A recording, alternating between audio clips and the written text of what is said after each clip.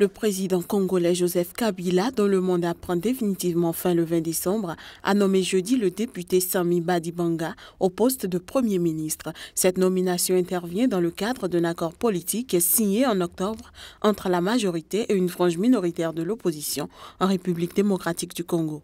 Les signataires de l'accord politique avaient convenu du report des élections à une date indéterminée et de la mise en place d'un gouvernement d'union nationale dirigé par un Premier ministre issu de l'opposition à l'issue d'un dialogue national. Nous allons apporter les exigences et les préalables de l'opposition dans ce discours.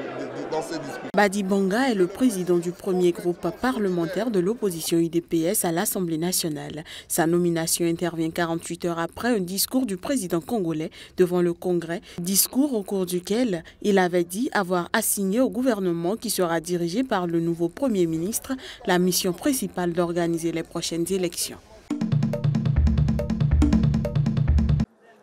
Ce 17 novembre, veille de la clôture de la 22e conférence climat de l'ONU, connaît l'adoption de la proclamation de Marrakech, un texte adopté par la communauté internationale et qui appelle à accroître urgemment l'ambition et à renforcer la coopération pour combler le fossé entre les trajectoires actuelles des émissions de gaz à effet de serre.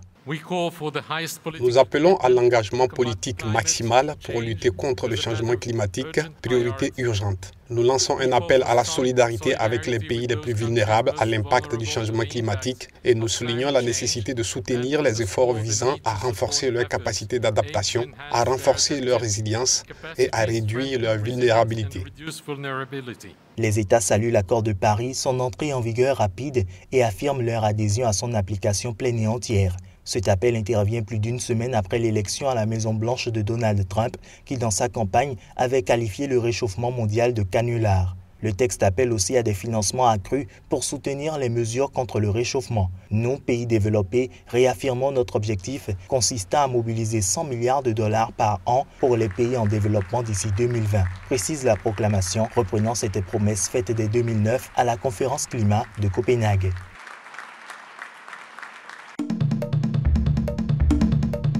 C'est l'un des points pour lesquels il avait quitté le gouvernement de François Hollande et c'est justement sur ce point qu'il fera campagne. Le travail sera au centre du projet d'Emmanuel Macron et de son mouvement En Marche.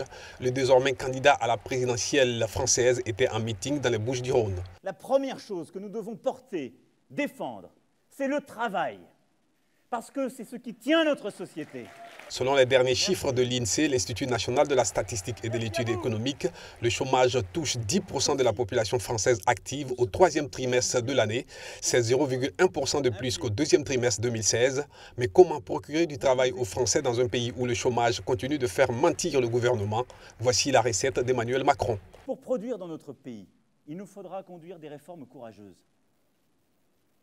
Pour libérer l'emploi, comme je l'évoquais tout à l'heure, avec, au fond, plus d'adaptabilité, de flexibilité sur le terrain, avec une liberté rendue aux entreprises et aux branches pour s'adapter aux chocs, avec des marges qui seront restaurées, parce que nos risques ne seront plus financés sur le travail, et avec de l'investissement. Présenté au début comme un mirage, l'effet Macron prend chaque jour un peu plus de contenu mais aussi du coffre. Au cours de ce meeting, Emmanuel Macron a lancé quelques pics aux candidats à la primaire à droite. Il leur reproche notamment d'être loin des réalités des Français. Merci à vous.